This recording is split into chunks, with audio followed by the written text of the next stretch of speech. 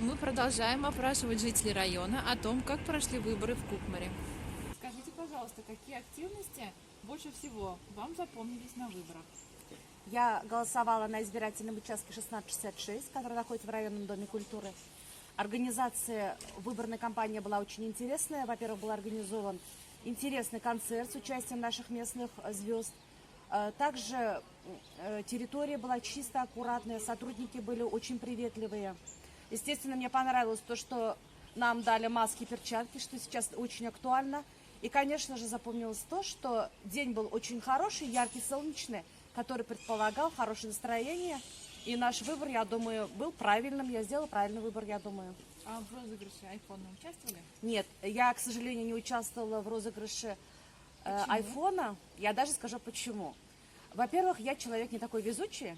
Я как-то очень с опаской отношусь к таким, к сыру в мышеловке. Поэтому я вот не участвовала в нем. Но я думаю, что я совершила небольшую ошибку, потому что... А вдруг бы мне повезло? Спасибо за ответ. Скажите, пожалуйста, какие активности на прошедших выборах вам запомнились больше всего?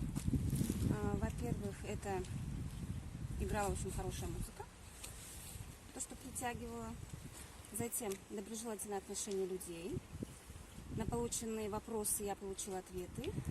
Затем раздавали бесплатно маски, это актуально на сегодняшний день, и ручки бесплатные. А скажите, в розыгрыше айфона вы участвовали? Нет, к сожалению, я не проинформирована была насчет этого. Все, понятно, спасибо.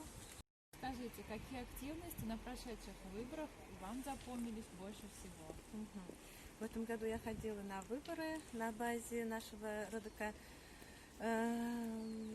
Поскольку я ходила после работы, ближе уже к 8, там было очень спокойно, музыки не было, но было все так спокойно, воодушевленно. Раздавали перчаточки, масочки, обработали и наши руки, раздали ручки. Вот и все. А в розыгрыше айфона не участвовали? Нет, к сожалению, не участвовала, потому что проинформировала.